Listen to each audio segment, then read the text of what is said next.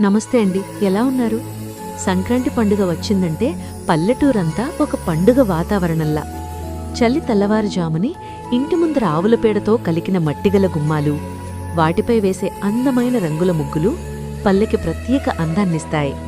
ప్రతి ముగ్గులోనూ గొబ్బెమ్మలు, వాటి చుట్టూ పువ్వులు, పసుపు కుంకుమతో నిండిన భక్తిభావం కనిపిస్తుంది. భోగి రోజున పాత సామాన్లు కాల్చుతూ చలిమంట చుట్టూ కుటుంబమంతా చేరి కబుర్లు చెప్పుకుంటారు. ఆ మంటవీడిలో అమ్మమ్మలు చెప్పే కథలు, నానమ్మల జ్ఞాపకాలు పిల్లల మనసుల్లో నిలిచిపోతాయి. ఉదయం లేవగానే బెల్లం, అల్లం, నువ్వులు కలిపిన భోగిపళ్ళు పిల్లలకు పోయడం పల్లెటూరి సాంప్రదాయం. సంక్రాంతి రోజున కొత్త బట్టలు కట్టుకుని పంట పండిన ఆనందంతో రైతు కుటుంబం దేవుడికి నైవేద్యం సమర్పిస్తుంది. పొలాల్లో పచ్చగా ఊగే వరిపంట, గాలివీస్తే వినిపించే చెట్ల సవ్వడి, ఆవుల మెడలో గంటల శబ్దం పల్లె వాతావరణాన్ని మరింత మధురంగా మారుస్తాయి. ఇంటింటా అరిసెలు, పొంగలి, సక్కినాలు, గారెల వాసనలు గాలిలో తేలుతుంటాయి. కనుమ రోజు పశువుల పండుగ. ఆవులు, గేదెలకు స్నానం చేయించి కొమ్ములకు రంగులు వేసి పూలమాలలు వేయడం చూడముచ్చటగా ఉంటుంది.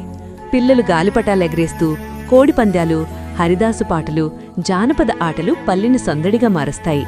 ఈ రోజుల్లో బంధువుల ఇంటికి వెళ్లడం, చుట్టాలను కలవడం, పెద్దల దగ్గర ఆశీర్వాదాలు తీసుకోవడం వల్ల బంధాలు మరింత బలపడతాయి.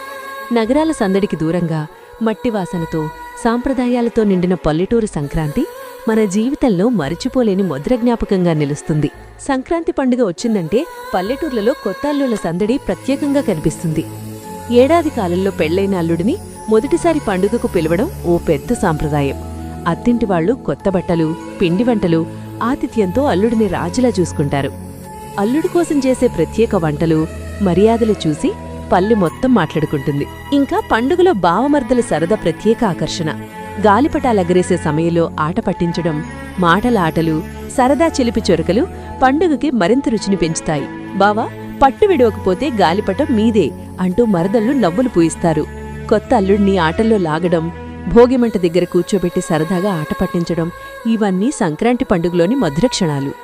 ఈ అనుభవాలే పల్లెటూరు సంక్రాంతిని జీవితాంతం గుర్తుండిపోయి జ్ఞాపకాలుగా మారుస్తాయి. నాకు తెలిసిన సంక్రాంతి పండుగ గురించి నేను మీకు చెప్పాలి అనుకున్నా. మీలో ఎవరికైనా సంక్రాంతి పండుగ అనుభవాలున్నాయా? మరిన్ని విశేషాలు తెలుసుకోవడానికి బెజవాడ టీవీని సబ్స్క్రైబ్ చేసుకోండి.